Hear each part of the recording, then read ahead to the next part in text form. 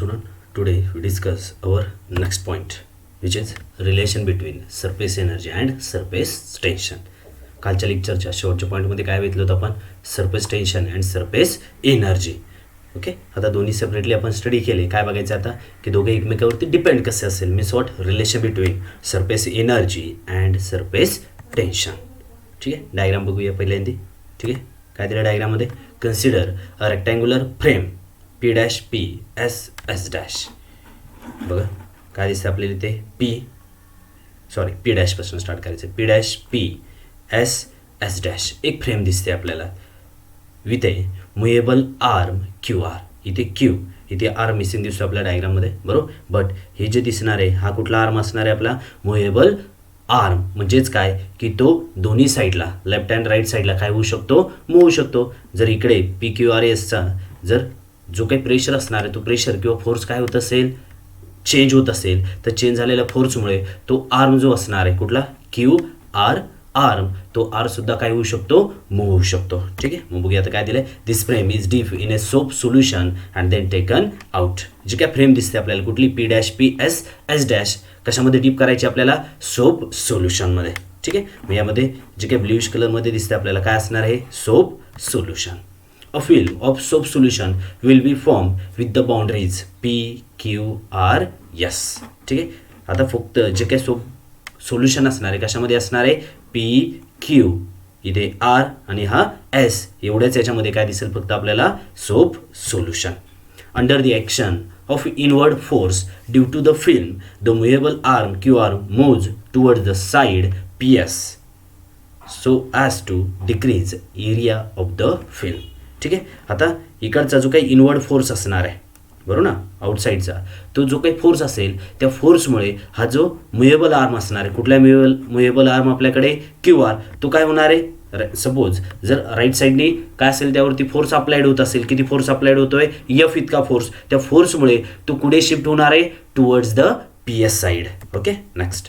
Therefore if the length of Q R, जी काय length दिसते आपल्याला क्यू आर मुएबल रॉडची, ती लेंथ किती असणार आहे? Capital L. Then it is inward force F is given by. आता फोर्स कॅल्क्युलेट करायचा आहे. कशावरनं कॅल्क्युलेट करूया आपण? सरफेस टेन्शनवरनं. सरफेस टेन्शनचा फॉर्म्युला काय? Force per unit length. Therefore force is equal to length इकडे डिवाइड, तिकडे गेल्यावर काय होईल? Multiply. Therefore force is equal to surface tension into length. ठीक आहे, मग फोर्स किती आपल्याकडे? इनवर्ड साईडला दिसतो तो फोर्स कुठला आहे? Capital F. सरफेस टेन्शन किती असणार आहे? टी. आणि लेंथ किती असणार आहे? इथे किती दिसते? 2 कॅपिटल एल. इथे दिसताना ते एल दिसते, मग 2L कुठून आलं? काय असणार आहे? 2 सरफेस असेल बघा, क्यू आर आणि क्यू डॅश आर डॅश. किती सरफेसेस आहे? 2 सरफेसेस. प्रत्येक सरफेसची लेंथ किती? एल. 2 सरफेस म्हणजे एल प्लस एल किती मिळेल आपल्याला? Twice L. Equation first. Next, film has 2 surface upper and lower, so length is twice L. आता सांगितल्याप्रमाणेच. Next, imagine that the external force F dash equal and opposite to F. बघा डायग्राममध्ये दिसतोय inward साईडला कुठला दिसतोय? टुवर्ड्स द पी एस कुठला force आहे? एफ. त्याच्या अपोजिट डिरेक्शनला अवे फ्रॉम पी एस कुठला फोर्स आहे? P dash. दोघंही कसे असणार आहे? Equal but opposite in direction. मग आपण न्यूमेरिकली दोन्ही फोर्स कसे असायला पाहिजे? इक्वल असायला पाहिजे, म्हणून काय रेट केलं इथे बघा? F is equal to F dash. Next, applied isothermally. Isothermally means what? दोन्ही फोर्स अप्लाइड करण्याच्या वेळेस जे काही टेम्परेचर असणार आहे, temperature remains constant to the arm Q R.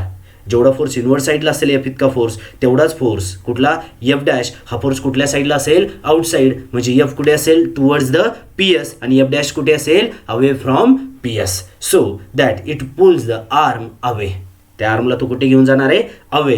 And tries to increase area of the film. Inward फोर्समुळे, F इतक्या फोर्समुळे जो काही एरिया काय झाला होता? डिक्रीज झाला होता. तेवढाच एरिया परत काय इन्क्रीज करण्याचं काम कोण करणार आहे? F dash force. Okay, next.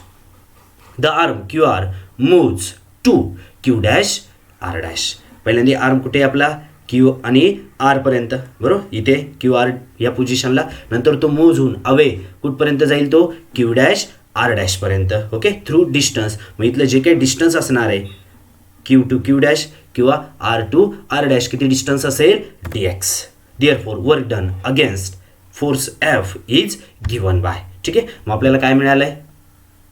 dx मिळाले डिस्टन्स, डिस्टन्स म्हणजेच काय मिळाले आपल्याला डिस्प्लेसमेंट मिळाली, फोर्स मिळाला, फोर्स किती आहे एफ इतका फोर्स आहे, फोर्स मिळाला, डिस्प्लेसमेंट मिळाली, काय कॅल्क्युलेट करू शकतो आपण work done is equal to force into displacement. Therefore work done किती आहे डीडब्ल्यू. का डीडब्ल्यू घेतलं कारण डिस्टन्स किती आपल्याकडे dx very very small, so work done is also very very small. डीडब्ल्यू इज इक्वल टू आता जे काय डीएक्स डिस्टन्स मिळाले आपल्याला ते डिस्टन्स कुठल्या फोर्समुळे मिळालं आहे एफ डॅश फोर्समुळे, म्हणजे इथे कुठला फोर्स घेणार आपण एफ डॅश इंटू डिस्प्लेसमेंट किती मिळाली आहे डीएक्स. बट इथे बघा ब्रॅकेटमध्ये मी काय राईट केलं आहे F is equal to F dash, दोन्ही न्यूमेरिकली इक्वल आहे बट अपोजिट इन डिरेक्शन, म्हणजे एफ डॅश ऐवजी काय घेऊ शकतो आपण एफ, आणि एफची व्हॅल्यू इक्वेशन 1 मध्ये मिळाली काय टी इंटू टॉईस एल, ती या इक्वेशनमध्ये पुट आउट करूया. काय मिळेल equation from equation first W is equal to F dash is equal to F आणि F is equal to T into twice L, घेतले value into dx. But 2L dx, L into dx, length into breadth म्हणजे काय area, पण इथे काय 2 times area म्हणजे दोन्ही सरफेसचा area, म्हणजेच काय मिळेल आपल्याला area of 2 surface of the film. फिल्मचे 2 सरफेस असणार आहे, अप्पर आणि लोअर सरफेस. वरच्याचा एरिया L इंटू dx, खालच्या म्हणजे लोअर सरफेसचा area L into dx, L into dx plus L into dx काय मिळेल टॉईस L dx आणि टॉईस L dx म्हणजेच काय एरिया ऑफ 2 सरफेसेस, म्हणजेच काय इक्वेशन 2 मध्ये टॉईस L dx दिसतोय त्याची व्हॅल्यू काय पुट आउट करूया आपण dA, area very very small increase in area. का कारण डिस्टन्स कसं आहे very very small. Therefore value इथे पुट आउट केली इक्वेशन 2 मध्ये तर काय मिळेल आपल्याला dw is equal to T as it is twice L dx ची व्हॅल्यू काय आपल्याकडे dA. ओके म्हणजेच काय मिळालं W is equal to T into dA. Therefore work done store in the form of potential energy. या आधीपासून शिकलो आपण 9th स्टँडर्डपासून की कुठलंही वर्क डन असेल ते वर्क डन कुठल्या फॉर्ममध्ये नेहमी स्टोअर केलं जातं पोटेन्शियल एनर्जीच्या. आणि या टॉपिकच्या सुरुवातीलाच बघितलं होतं आपण the energy which energy potential energy gain by the liquid in its free surface. This energy is called as surface energy. म्हणजेच काय गेन इन पोटेन्शियल एनर्जी म्हणजेच काय सरफेस एनर्जी. म्हणजे work done is equal to काय मिळेल potential energy and again potential energy is equal to surface energy. Therefore from equation 3 surface energy is equal to T for surface tension and into dA for area. Therefore surface energy is the product of surface tension into area. किंवा हे जर equation surface tensionच्या फॉर्ममध्ये लिहायचं तर कसं right करू शकतो आपण dA एरिया, इकडे सरफेस टेन्शनला कसं आहे मल्टिप्लाय, सरफेस एनर्जी गेल्यावर काय होईल डिवाइड. सेंटेन्समध्ये काय रीड करू शकतो आपण surface tension is also a what surface energy per unit area. Okay next point बघायचं आपल्याला आता न्यू अँगल ऑफ कॉन्टॅक्ट. आता angle of contact it's very interesting phenomenon in the surface tension. Generally आपण day to day लाईफमध्ये पण बघतो. Suppose glass totally transparent ग्लासमध्ये suppose आपण वॉटर घेतलं बरोबर. आता त्यामध्ये वॉटर भरल्यानंतर त्याचा जो काही अप्पर सरफेस असणार आहे तो अप्पर सरफेस बघा तुम्हाला असा प्लेन दिसतो हॉरिझॉन्टल दिसतो एक्झॅक्ट नाही, असा एक कर्व भाग दिसतो आपल्याला बरोबर ना. मे बी तो डाऊनवर्डला असेल किंवा अपवर्ड साईडने असेल आणि वॉटर्स आणि ग्लासच्या कॉन्टॅक्टसाठी तो ऑलवेज कुठे असणार आहे डाऊनवर्डला. म्हणजे कसा शेप दिसेल तो आपल्याला कॉन्केव्ह. जर त्याऐवजी आपण त्यामध्ये मर्क्युरी भरला तर मर्क्युरीचा कुठनं दिसेल आपल्याला अपवर्ड साईडने, म्हणजेच कसा दिसेल आपल्याला तो convex. When a liquid surface comes in contact with A solid surface. जर लिक्विड सरफेस कशाच्या कॉन्टॅक्टमध्ये येत असेल सॉलिड सरफेस आणि कुठल्याही लिक्विडला आपल्याला कुठल्याही एखाद्या कंटेनरमध्ये भरायचं असेल तर तो कंटेनर कुठला असतो नेहमी सॉलिड. म्हणजे ऑलवेज लिक्विडचा कॉन्टॅक्ट कशाशी येणार आहे सॉलिडशी. It forms a मिनस्कस. जो काही मिनस्कस वरती असतो टॉपला बरोबर ना. केमिस्ट्रीमध्ये तुम्ही ज्यावेळेस ब्युरेटमध्ये काय भरता कुठलाही लिक्विड भरता त्यावेळेस सगळ्यात वरती असतो बघा मिनस्कस. तो काय करता तुम्ही निग्लिजेबल करता प्रॅक्टिकल पर्पजसाठी. बट तो जो मिनस्कस दिसतो बरोबर ना तो मिनस्कस कशामुळे फॉर्म होतो की ज्यावेळेस कुठलाही लिक्विड असेल कशाच्या कॉन्टॅक्टमध्ये येत असेल सॉलिड सरफेसच्या त्यावेळेस काय फॉर्म व्हायला पाहिजे मिनस्कस.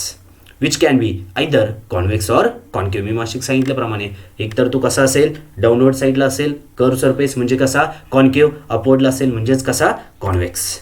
The angle of contact theta त्यामध्ये दोघांमध्ये जो काय अँगल असेल सपोज लिक्विड सरफेस या पद्धतीने हा आपला सॉलिड सरफेस सपोज या पद्धतीने अँगल असेल तर इथे असणारा अँगल कुठला झाला आपल्यासाठी angle of contact. Angle of contact between liquid surface and solid surface. Okay, the angle of contact theta between the liquid and solid surface is defined as the angle between tangent. जो काही solid surface असेल तो solid surface आपल्यासाठी काय असणार आहे, like A tangent draw two the free surface of the liquid and surface of the solid at the point of contact measured within the liquid. मी लिक्विडच्या साईडने जो काही अँगल बनेल, ओके, तो अँगल म्हणजे आपल्यासाठी काय असणार आहे, angle of contact. Wien the angle of contact is acute, जर तो काही मेजर केलेला अँगल ऑफ कॉन्टॅक्ट कसा असेल, acute means what, less than 90 degree, then the liquid form a concave meniscus. जर अँगल ऑफ कॉन्टॅक्ट 90 डिग्रीपेक्षा लेस असेल म्हणजे कसं असेल, ॲक्यूट असेल, तर तिथे मिळणारा मिनस्कस ऑलवेज कुठला असायला पाहिजे, कॉन्केव मिनस्कस. आणि कॉन्केव मिनस्कस एक्झाम्पल काय देऊ शकतो आपण, वॉटर अँड ग्लास. वॉटर म्हणजे काय, लिक्विड सरफेस, ग्लास म्हणजे काय, सॉलिड सरफेस. डायग्राममध्ये बघा, ठीक आहे, काय दिसते आपल्याला इथे, लिक्विड फिल केले आपण एका ग्लास सरफेसमध्ये, बरोबर. आता इथे असणारा मिनस्कस बघा, कुठे डाऊनवर्ड साईडने कर्व दिसतोय, म्हणजे कुठला झाला, कॉन्केव मिनस्कस. आणि या कॉन्केव मिनस्कसचा जी काही टँजंट असणार आहे, ती टँजंट आणि सॉलिड सरफेस दोघांमधला जो काही अँगल असेल, तो अँगल म्हणजे काय, थिटा. आणि त्या थिटालाच काय म्हणतो आपण, अँगल ऑफ कॉन्टॅक्ट. कधी, ज्यावेळेस अँगल ऑफ कॉन्टॅक्ट कसा असेल, ॲक्यूट, लेस दॅन 90 डिग्री. आता जर अँगल ऑफ कॉन्टॅक्ट कसा असेल, ऑब्ट्यूज. ऑब्ट्यूज म्हणजेच काय, greater than 90 degree. When the angle of contact is obtuse, the liquid forms a convex meniscus. जर अँगल ऑफ कॉन्टॅक्ट 90 डिग्रीपेक्षा ग्रेटर असेल तर मिळणारा मिनस्कस ऑलवेज कुठला असायला पाहिजे, कॉन्व्हेक्स. एक्झाम्पल काय देऊ शकतो आपण, मर्क्युरी अँड ग्लास. बघा डायग्राममध्ये दिसतोय, इथे कुठलं लिक्विड आपण फिक्स केलं, इथे मर्क्युरी. त्याचा जो काही मिनस्कस दिसतोय अपवर्ड साईडने दिसतोय, म्हणजेच कसा, कॉन्व्हेक्स. म्हणजेच इथे अँगल वरच्या बाजूने मिळेल, म्हणजे ऑलवेज ग्रेटर दॅन 90 डिग्री. आता हे जे काही अँगल ऑफ कॉन्टॅक्ट किंवा जे काही डिफरन्सेस मिळतात आपल्याला मिनस्कसमध्ये, कॉन्केव्ह मिळत असेल, कॉन्व्हेक्स, हे कशामुळे मिळतात आपल्याला माहिती आहे. लिक्विडमध्ये काय असेल, कुठला फोर्स असेल, कोइझिव्ह फोर्स. आणि सॉलिड लिक्विडमध्ये कुठला असेल, अडेझिव्ह फोर्स, बरोबर. जर cohesive force greater than adhesive force, तर अँगल ऑफ कॉन्टॅक्ट कुठला मिळेल, कॉन्केव्ह. आणि जर adhesive force greater than cohesive force, then the angle of contact is convex. The difference between the shape of the meniscus is due to the net effect of cohesive forces between the liquid molecules and adhesive forces between the liquid and solid molecules. cohesive force कशामध्ये असेल, liquid मॉलिक्यूलमध्ये.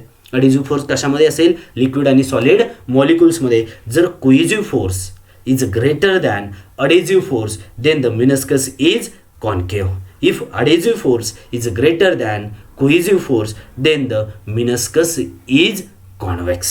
Okay.